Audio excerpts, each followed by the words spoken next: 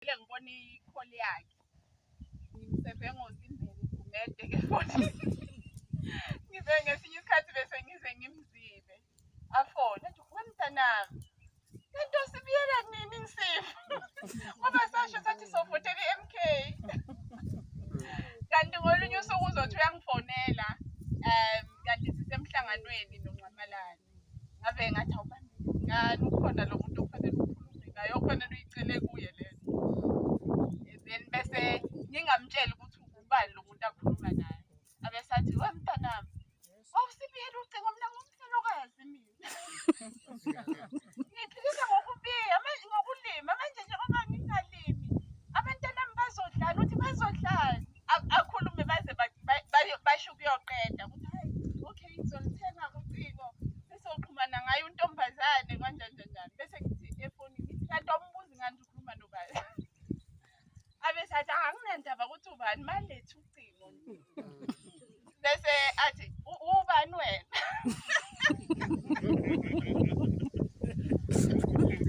bese uNcamalala yasho kathi ngathi uyugoghozi lo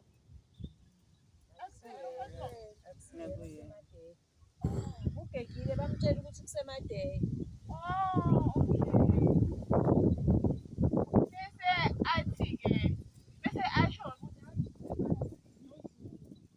athi weshembe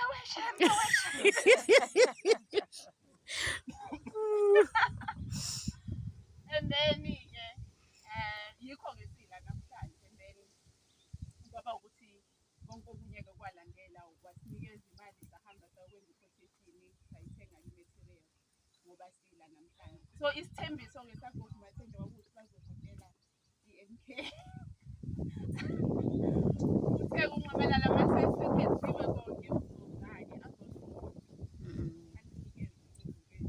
aninikeze ngendlela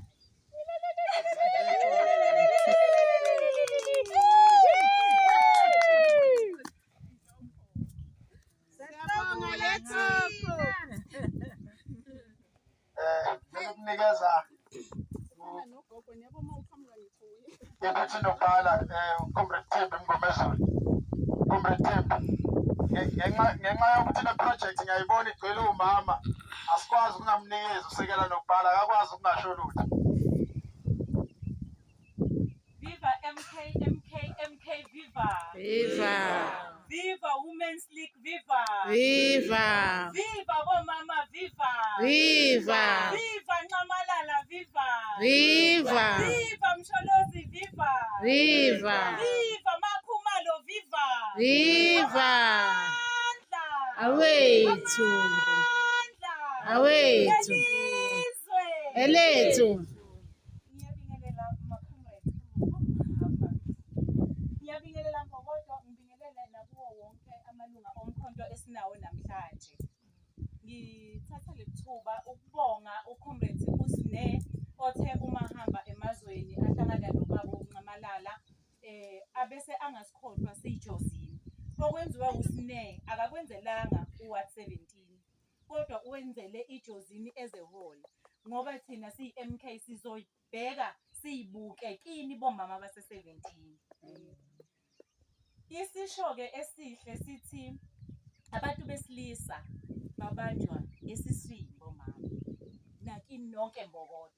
Namhlanje angizokhulumela usekela nobhala kodwa ngizokhulumela omama. Omama bethu bayibamba kushisa bahlale lapho kushisa khona obaba basibalekele kodwa into